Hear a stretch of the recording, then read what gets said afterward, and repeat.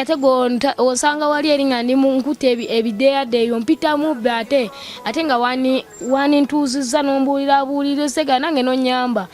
Naye ate abamu mutuyitako buyisi, mutuwandulira amalusu, mutuvuma buvumi. Abanywa amafuta, abanywa enjaaye, baluma enkwacyo. Kunaffe twagala nga bwe twavudde ku street naffe tutandika osoma, alinayo ky'oyina, oba peeni, oba musawo, kyonna ne kaba kagatto. Oba nosasulirako akaana kamu wano.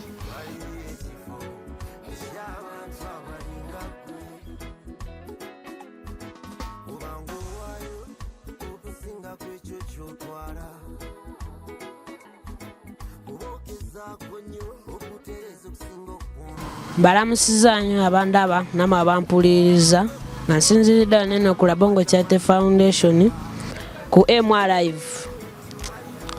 Ekituleese wano eno kyakwogera kudda ku ssomero.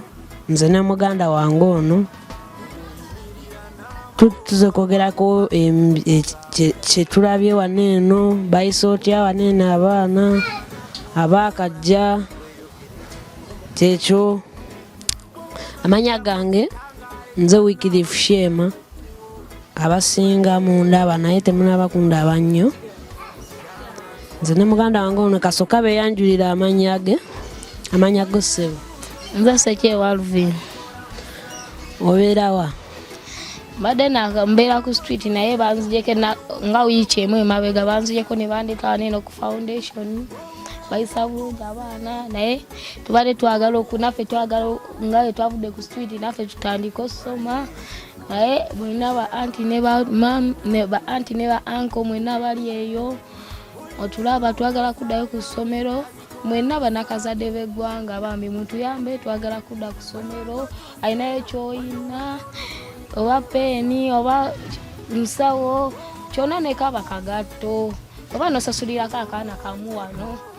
Wena wano nga we tuli abaana 15 twetaaga miliyoni 4.5 ffenna okudda ku ssomero. Twakabeeyungamu. Ekyo kyetaagisa ekya ssente. Naye kiki kyolabye wano eno, kiki kyoyize wano eno ne baganda abo bana tebakoma ku kyakusomesa, basomesa n'ebyemikono. N'oba oyinayo ebitambaala byo eyo ewuwo, ebitambaala ebyo bakolamu ebitengi, osobola obituleetera. Kuba wano tebakoma ku kyakusomesa, bayigiriza abaana okukwa ebyemikono, kubeera bannamawulire, byonna babikola wano eno. Nga tuvudde n'okwekyo tusiga n'ebifaananyi. Osobola okwagala oba oyina sitawo oba muganda oba maamawo, nomweta ne tukusiigira kasita otuwa ekifaananyi gwe ne tukusiigira. Ewaffe wano eno osobola n'okwetuukirawo n'ojja n'olaba ebifaananyi bye biriwo bye basiiga bye bayiga, ne batunga n'obubaaga nga bayiga. Byebyo bye tukola. Oba oyinayo omulimu ogw'okukola, okusiiga ennyumba yo, kukola ki ona ng'otuyambako okuweza ezo ssente ze twetaaga okuddayo ku masomero. Abaana abamu tebaakola bibuuzo naye balina essuubi mbeno tamuyo bagenda kukola bibuuzo.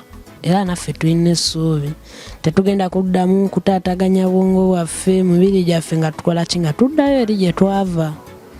Eri wanyiga tetukyawaagala. Nze ne muganda wange ono tukyali bapya tetuluddeewo nnyo. Kale nze ono namusookawo. Era ebisinga wano eno tubimanyi, nze mbimanyi, mateeka ga wano nga manyi. Kayogere byagenda okwogera. Kati n'ogwe mwana wa Katonda ali eyo atulaba ng'olinayo kyonna ky'oyina. Twetaaga okudda ku ssomero. Bangi batulaba ne bagamba akakaana nti nze saateekayo ssente zange, ako kakawenja ngenda baana akakasasulira kadduke. Ffe twasazeewo n'omutima gumu tuve ku bbala tufuuke abaana ba Katonda, abaana b'abantu, naffe tulabikirweko mu ggulu mu kitangaala. Ebiseera ebimu bw'oyamba omuntu nga yeerabira ekyo kye wamukolera naye ayamba omulala. Bwaba kiri bw'oba osazeewo oyambe bano abaana bakyali wansi, naye bw'akula n'alengera abalala ate abakaaba naye abayamba, teyeerabira ekyo kye mwamukolera. Kati ebiseera ebisinga ky'oba okoze Katonda takyerabira, naye waliwo abantu abamu ye kale bambi nga talina, naye singa abadde alina yandibadde ateekayo, naye ku lw'embeera eriwo oyo tetumunenya, naye ali mu kunoonyereza kubanga bw'afuna alina ebyokuzikozesa. Gw'alina 5, 2, 1,000 n'50,000 zonna gwe tuwe buwe tusiima, tuzigataagata zonna. Oba tuwadde n'ole n'atuwa n'omulala ne tuzigata ne bateekayo ku ssomero ne tusoma nga babanoonyereza endala zonna ne tusoma. Kati gwe munange ali eyo gwandaba gwampuliriza, byebyo byetwetaaga munange, era tubeereko n'ekisa. Abantu abasinga mubeera mwagala okubuuza naye nga temuna mututuukako. Osobola okujja n'ombuuza kiki ekyanzija ewaka, kiki ekyantuukako, n'ombuuza ne mbikugamba. Oluusi abamu baba balina ebyabajjayo nga bibataataaganya nga tebasobola bikkiriza okubeerayo. Kati munnange tubaagala nnyo mu abatulaba, era naffe tubaagala nnyo, teri kye tutabebaza, tubeebaza. Bamu batuleetera emmere, batuwa akasente, bajja ne batukyalirako.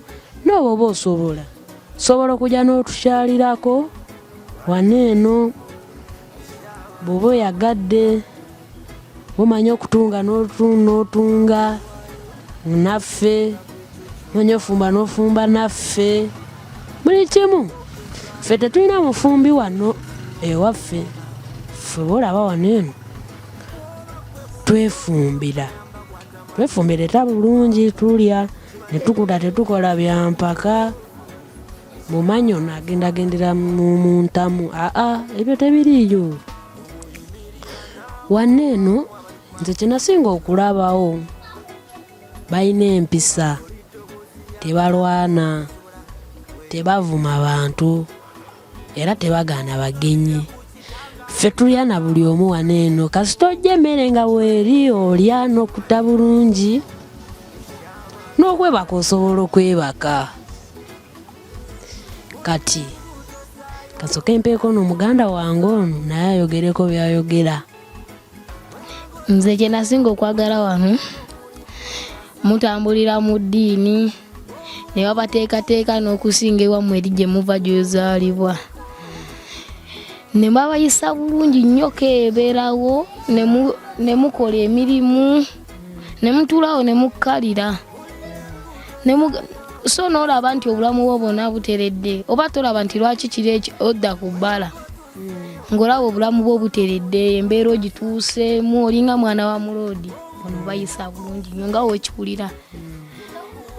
Naye kati omwana wa Katonda ali eyo, naawe n'oyamba n'obakwatirako, beeyongerera ddala okuyisa obulungi n'okugjayo bali abalala nabo abali eri mu kikko, nabo ne babatula ne babajjayo. Kati badde njagala nkubuuzeeko muganda wange, gwe bw'oliba okuze osuubira okubeera oni? Nze njagala okubeera omusajja omuyimbi. Naye eddoboozi lyo likyali waggulu, yogera nnyo bagulire abantu. Nze nga nkuze neetaaga okubeera omusajja ayimba ennyimba z'eddiini. Ez'eddiini?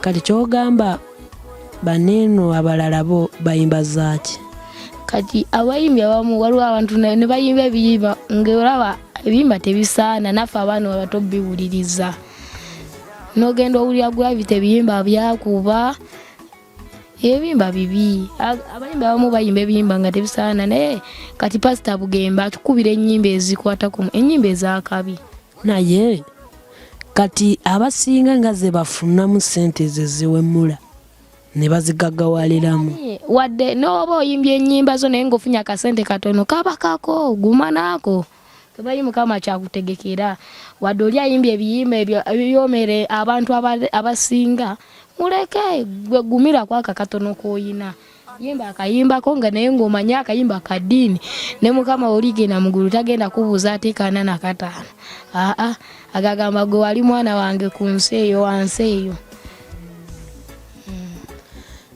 nze kyendowooza nze bwe mba nkuze nze nyina ebirooto bingi kyendisanga kyekirikola ki kirigenda nakyo kubanga nze njagala fuka piloti wabeerawo ng'ogamba nti nga noba wadde tomanya nti mubukulu ayagala kino naye ate mu bukulu gafuna kirala naye ate ng'okyali mbuto osogamba nti kino kineegwanyiza mpulira nkyetaaga mpulira nkyagala kati ngagwe kati gwe oyagala nga ki nze nga kintu kimu nze njagala fuka piloti nyingiza abantu mu mawanga amalala kitegeera mbatwalegeyo mu America Sudani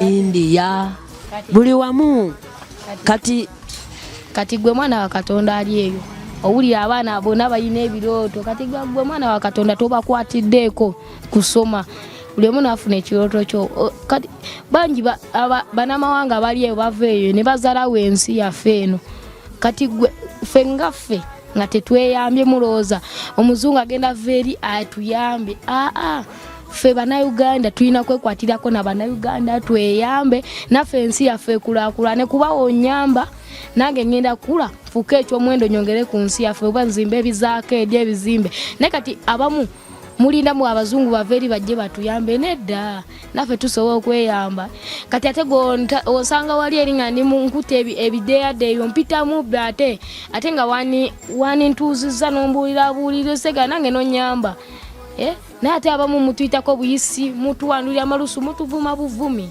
kitegeera naye nga ate mu abantu tukwatiddeko naffe nitufuuka abantu enkyaba omuwendo mwemugenda bamuvuddewo naye nga bali bwe mwayamba tugasigalawo tugumize ensi yaffe naye kati mwe tewulina gwe wayamba oluusi tozadde na mwana ofudde ebintu ebisanyewo ebityo kitegeera ensi naye kati senga wayamba awo mbanze ennyongereza okwo n'ensitula omusingi kitegeera ensi yaffe nebeeramu zakeedi n'okuzitowa naye kati ensi buli we mutayamba omwana owuwo gw'oyita omuyaaye ow'omu nsi yo ate loozi olikulaakulana ddi yamba enkya naffe nange mbeere agumidde ate nange nsobole oyamba abalala ensi yaffe nabo bali basituke nga bamaze oba mbasomeseza nabo bafuuka ab'omugaso ensi yaffe eggumire nga naffe tusinga amawanga amalala eyo mu America beekula ne wasanga omwana ku street nga tamumanyi asobola omuggyako namutwala namusomesa naye ne Uganda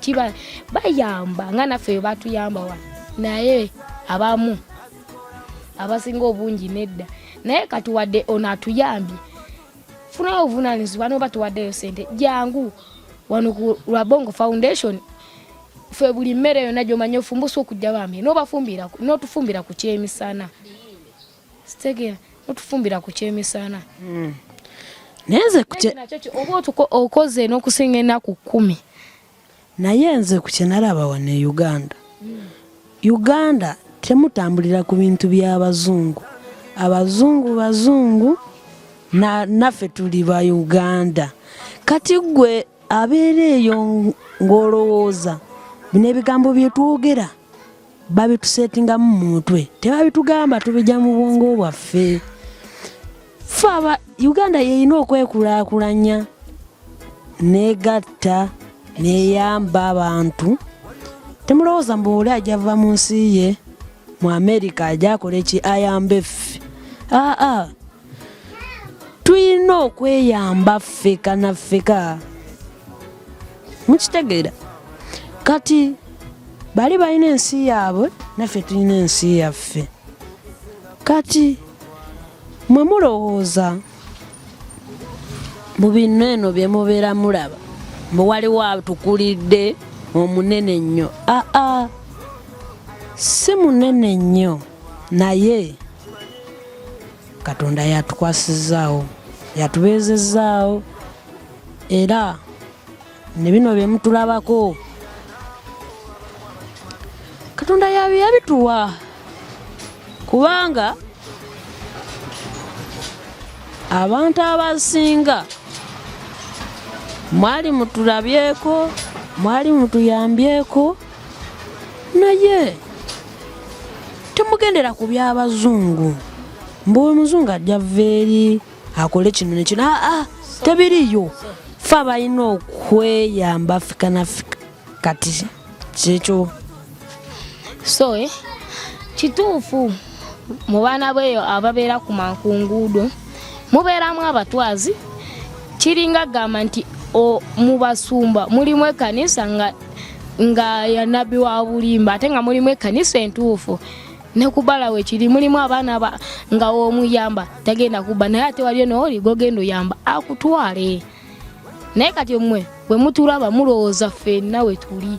Si we tuli. Mulimu amaze mu myaka kakadde nga ye omuggyako yamanyiira eri agenda kujja era addeyo. Naye ate waliyo asalawo n'omutima gwo n'agamba leero siddayo mbeere wano eno nkule nange nfukeko omuntu obuvunaanyizibwa nange nsale ku baana mbeere wakabi. Osanga nange wenkula wano wadde sikulidde waffe nsobola okuddayo ate nenyamba maama wange ate wadde sikulidde waffe. So ababadde bandaba n'abampuliriza amanya gange n'abagambye nze Wycliffe Shema, nze nga nkyali eyo ku street naye sikozesa biralagalagala wadde naye ndaba abakyali bange nga banywa amafuta, banywa enjaaye, baluma enkwacyo, naye nze nga sibikola ebyo. Mutima gwali guŋŋamba mbu tubikola, waliwo ekijja. Era nange nensalawo nenkola kinembyesonyiwa, era nze saanywako kwadde wadde ondaba oyinza okundaba n'olowooza ndi mukulimba naye saanywako wadde.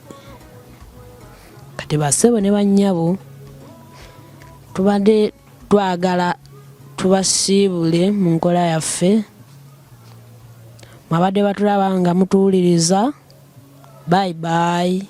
Bye.